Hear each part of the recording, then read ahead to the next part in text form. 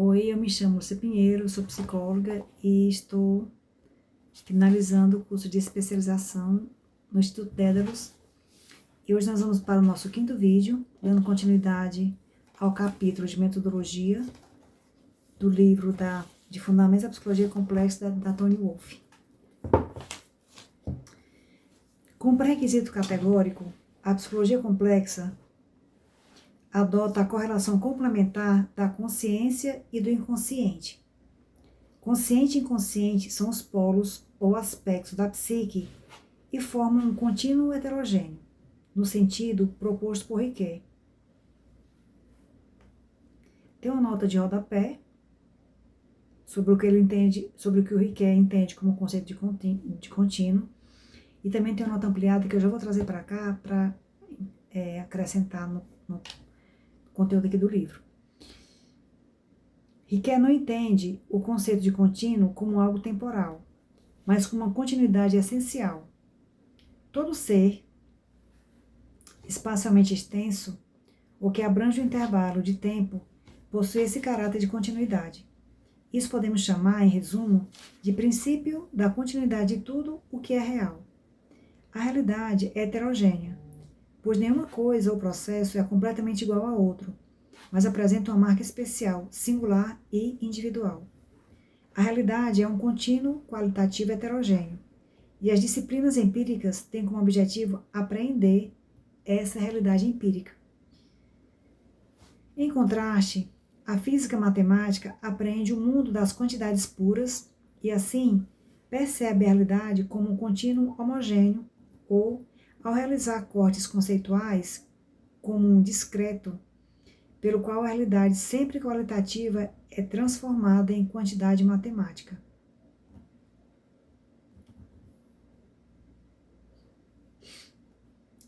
E aqui nós vamos então agora para a nota ampliada para acrescentar essa nota de rodapé.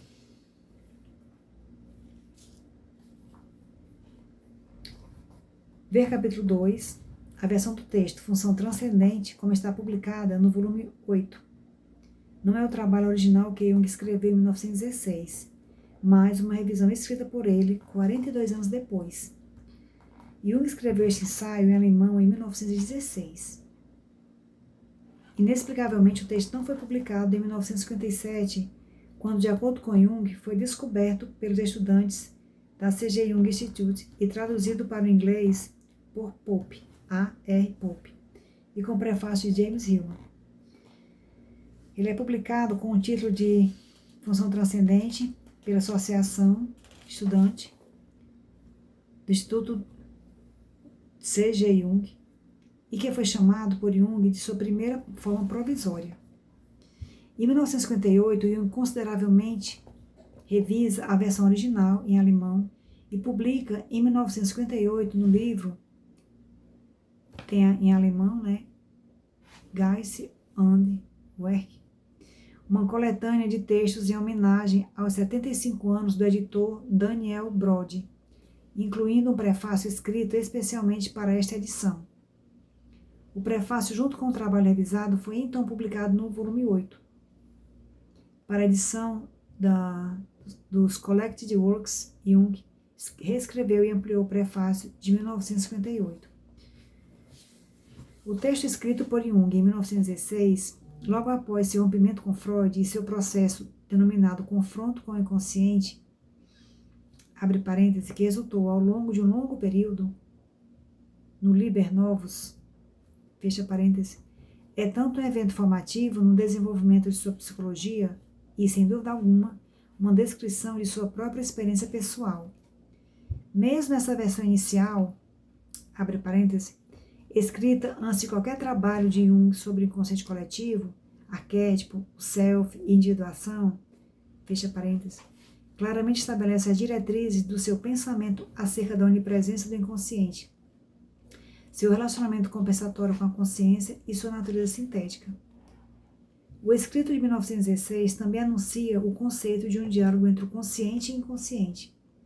Finalmente, descreve a função transcendente que se encontra entre o ponto de vista da consciência e o inconsciente, e é um fenômeno vivo, um modo de viver, que parcialmente se conforma com o inconsciente, como com o consciente e parcialmente também não.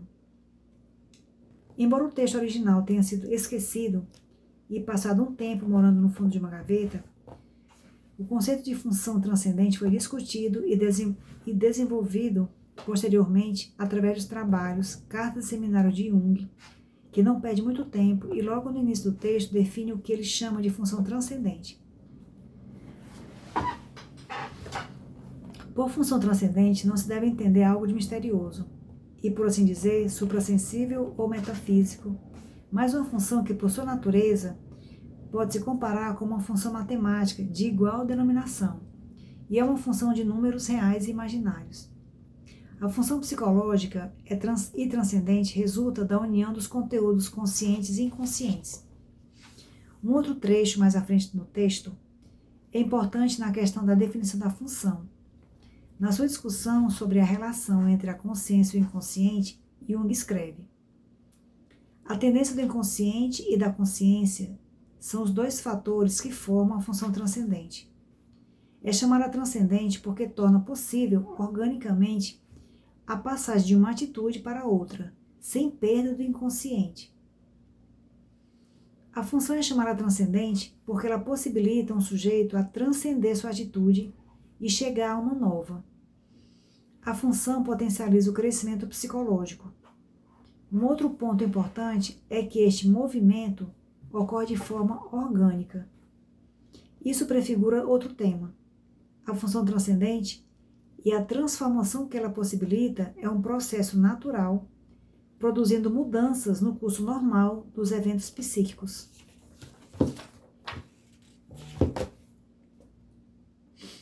Então, retornando aqui ao texto,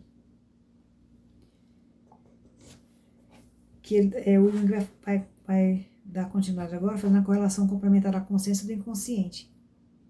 Jung descreve esse fato do seguinte modo: nossa consciência não expressa a totalidade humana, mas é contínua, mas é e continua sendo parte dela. Aí nós vamos aqui para, ele se reporta a uma nota de rodapé, que ele fala sobre esse tema no volume 8, que é a natureza da psique, no capítulo 12, que é Espírito e Vida, parágrafo 601 a 648. Visto do nosso ponto de vista externo, o campo emocional nos aparece como uma imagem de processos externos, que não apenas causam algo, mas também são causados. Portanto, à primeira vista, parece que o inconsciente só pode ser explicado a partir da consciência e de fatores externos. Como você sabe, a psicologia de Freud fez essa tentativa. No entanto, esse empreendimento só poderia ter sucesso real se o inconsciente fosse realmente algo que resultaria apenas da existência e consciência individuais. O inconsciente, porém, já está sempre presente, pois é a prontidão funcional herdada desde tempos imemoriais. A consciência é um descendente tardio da alma inconsciente. Seria certamente equivocado explicar a vida dos ancestrais com base nos descendentes tardios, e por isso considero igualmente errado conceber o inconsciente como dependente causal da consciência.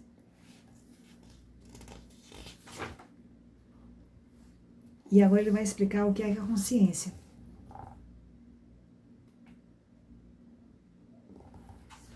A consciência é a relação de conteúdos psíquicos com o ego, na medida em que são percebidos pelo ego como tais. Relações com o ego que não são percebidas pelo mesmo são inconscientes. A consciência é a função ou atividade que mantém a relação de conteúdos psíquicos com o ego. Consciência não é idêntica à psique, pois a psique representa a totalidade de todos os conteúdos psíquicos, os quais não são necessariamente todos diretamente conectados ao ego, ou seja, relacionados ao ego de tal forma que possuam a qualidade da consciência. Aí tem a nota de rodapé, que esse trecho ele está nas obras completas, tipos psicológicos, definição de consciência, que é no parágrafo 781, na definição, número 7. No volume dos tipos psicológicos, da definição de consciência, no parágrafo 781. E que também tem uma nota ampliada. Vamos lá. Ele fala sobre isso.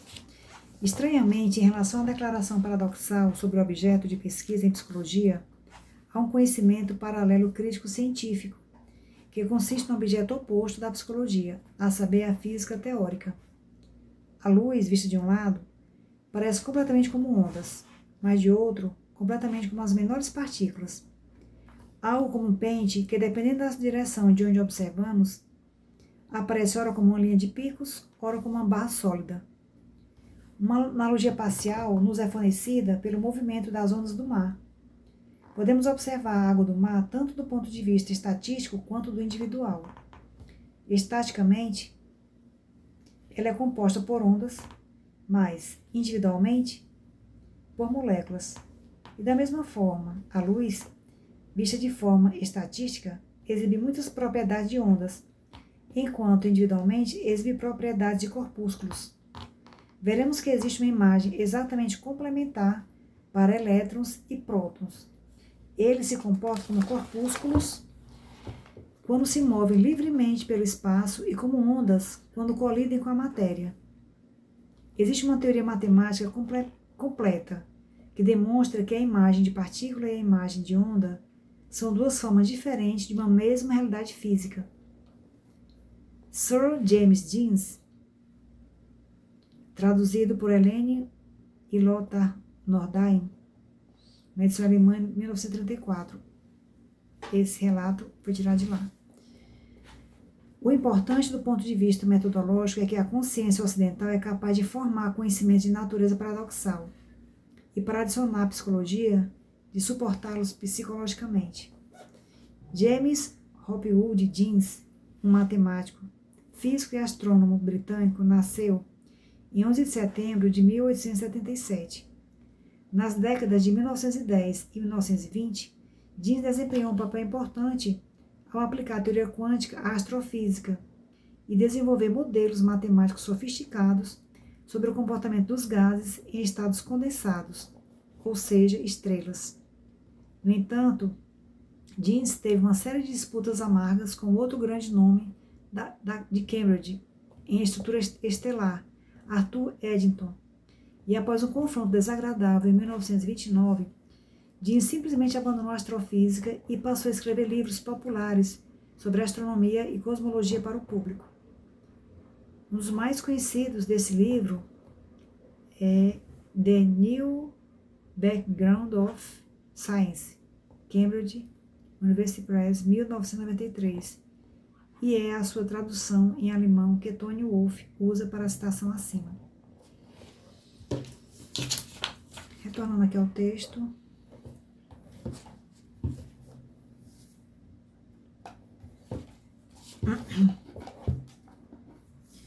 O ego é um complexo de representações que constitui para mim o centro do meu campo de consciência e me parece dotado de alta continuidade e identidade consigo mesmo. Por isso também falo de um complexo do ego. O complexo do ego é, ao mesmo tempo, um conteúdo da consciência e uma condição da consciência, pois um elemento psíquico é consciente para mim na medida em que está relacionado ao complexo do ego. Contudo, na medida em que o ego é apenas o centro do meu campo de consciência, ele não é idêntico à totalidade da minha psique, sendo apenas um complexo entre outros complexos. Por isso, distingo entre o ego e o self, na medida em que o ego é apenas o sujeito da minha consciência, enquanto o self é o sujeito de toda a minha psique, incluindo a parte inconsciente. Nesse sentido, o self seria uma grandeza, entre parênteses, ideal, que inclui o ego dentro de si. E aí ele traz aqui uma nota de rodapé, esclarecendo que essa definição está nos tipos psicológicos, que é a definição número 26, que é a definição do eu. parágrafo 796. 796. O conceito de inconsciente é, portanto, um conceito limítrofe, um nômeno, no sentido de que um conteúdo psíquico, anteriormente não ligado ao ego, assim que aparece na consciência, deixa de ser inconsciente. No entanto, como ele mantém a forma de expressão específica da psique inconsciente, mesmo após se tornar consciente, é necessário preservar a distinção. Isso é ainda mais importante, pois conteúdos psíquicos inconscientes, ao serem simplesmente trazidos à consciência, também não são assimilados funcional ou significativamente por ela. Rigorosamente falando, deve-se distinguir entre processos e conteúdos inconscientes. Os processos inconscientes são apenas indiretamente acessíveis. O conteúdo psicológico inconsciente, por outro lado, pode ser percebido diretamente, sob certas condições. Aí ele traz uma nota de rodapé com relação a esse parágrafo. Isso não significa que se possa determinar como elas seriam em si mesmas no estado de completa inconsciência. Sua tomada de consciência, mesmo na forma de sonho, representa uma certa aproximação com a consciência e suas condições de percepção. A coisa em si é, como em todos os casos, incognoscível. No entanto, a fenomenologia dos conteúdos inconscientes difere tanto dos conteúdos conscientes que sua origem na psique objetiva se torna, em qualquer circunstância, evidente. Nós temos aqui também uma nota ampliada sobre esse parágrafo, né, que ele traz que esse conteúdo ele é trazido nas obras completas, no volume 8, que é a natureza da psique, no capítulo 17, a alma e a morte, no parágrafo 796 a 815. Nesse trabalho, Dune se aprofunda no conceito de tempo e sua relatividade, apresentando uma teoria onde o tempo não é linear, mas consiste em múltiplas dimensões, algo semelhante à ideia de múltiplas dimensões espaciais exploradas por físicos como Jordan. A abordagem de Dune vincula a experiência de clarividência no tempo à sua hipótese que o tempo é experimentado por meio de uma infinidade de dimensões, de maneira análoga à forma como a clarividência no espaço é tratada por Jordan. Dune acreditava ter tido sonhos pré-cognitivos. O primeiro que ele registrou ocorreu em 1898, no qual sonhou com as horas de seu relógio antes de acordar e verificá-lo. Várias dessas experiências, algumas bastante dramáticas, o levaram a compreender uma investigação científica sobre o fenômeno. Com base em anos de experimentação com tais sonhos pré-cognitivos e estados hipnagógicos, tanto em si mesmo quanto em outros, ele afirmou que em tais estados a mente não estava acorrentada ao presente e era capaz de perceber eventos no passado e no futuro com igual facilidade. Ele usou isso para apoiar a sua nova teoria do tempo e da consciência. Seu marco, An Experiment with Time, 1927, reconta a história e também inclui seu relato da teoria do tempo serial. Dune propôs que nossa experiência do tempo como linear é uma ilusão provocada pela consciência humana. Ele argumenta que passado, presente e futuro eram contínuos em uma realidade de dimensão superior e nós apenas o experimentamos sequencialmente por causa de nossa percepção mental deles. Ele foi além, propondo uma regressão infinita de dimensões do tempo superiores habitadas pelo observador consciente, que ele chamou de tempo serial. Jung escreve a Wolfgang Pauli em 29 de outubro de 1934. Abre colchete, reticência. E o Jung coloca: acabei de perceber que, com relação à relatividade do tempo, há um livro que é um dos pupilos de Eddington, Dune, An Experiment with Time, no qual ele trata a clarividência do tempo da mesma forma que Jordan trata a clarividência no espaço. Ele postula um número infinito de dimensões temporais, correspondendo aproximadamente aos estágios intermediários de Jordan. Gostaria muito de saber qual é a sua atitude em relação aos argumentos de Dune. Trocando Paulo. Então vamos retornar aqui ao texto, após as notas amplificadas. Essa distinção entre processos e conteúdos, no entanto, é difícil de aplicar na prática. Se concordarmos em considerar a diferença entre a psique consciente e a inconsciente em suas formas distintas de funcionamento e expressão, ambas as facetas de sua essência estão caracterizadas e a imprecisão terminológica se torna secundária. Essa fundamentação na formação dos conteúdos de consciência e inconsciente é ainda mais justificada porque a psicologia complexa estabelece como princípio supremo a visão dinâmica da psique. Isso implica, por um lado, que todos os processos psíquicos, mesmo quando parecem isolados da consciência, estão estruturalmente interrelacionados, de maneira semelhante aos sistemas corporais individuais, que se coordenam para formar o todo do organismo vivo. Por outro lado, demonstra que a psique não possui um caráter estático, mas sim dinâmico, que só pode ser devidamente compreendida através de uma concepção energética. Outra distinção crítica em relação à terminologia deve ser feita no uso dos termos inconsciente pessoal e impessoal. A mesma diferença também se aplica à consciência, todavia, nem sempre estamos cientes disso. Ciente disso, também se deve falar de consciência pessoal e impessoal, ou expressando psicologicamente da consciência do ego e da consciência coletiva. A consciência coletiva corresponde ao respectivo Zeitgeist, isto é, as ideias e valores gerais que prevalecem em uma era. Consciência do ego carrega uma parte do espírito da época, mas não é idêntica a ele, na medida em que se particulariza por meio das diferenças tipológicas ou de personalidade. O mesmo é o caso do inconsciente. O inconsciente pessoal consiste nessa parte da psique que está estruturalmente ligada ao complexo do ego, mas permanece inconsciente por esquecimento ou incompatibilidade e deve posteriormente ser completamente assimilado. O inconsciente impessoal ou coletivo é, por sua natureza, sempre inconsciente. E embora sua conscientização o integre parcialmente à totalidade da personalidade, ele não pode ser assimilado pelo ego. Assim, este se relaciona com o inconsciente impessoal de modo objetivo. Por isso, o inconsciente coletivo, quando colocado em relação com a consciência, também é chamado de psique objetiva. Com o conceito de psique objetiva, também é dada a visão da realidade e a autonomia dos conteúdos psíquicos. Em um estudo metodológico, a distinção prática altamente importante entre inconsciente pessoal e coletivo não pode ser discutida. No entanto, deve ter ficado claro que o método da psicologia complexa está intimamente relacionado à visão geral da estrutura da psique. Como o aspecto estrutural será apresentado em um capítulo à parte, a tarefa que nos resta agora é descrever o método. Isso revelará porque a investigação metodológica deve preceder a apresentação da teoria. Vamos então parar, que agora vem uma explanação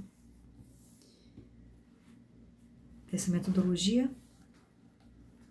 Tem bastante notas ampliadas, então, para não ficar,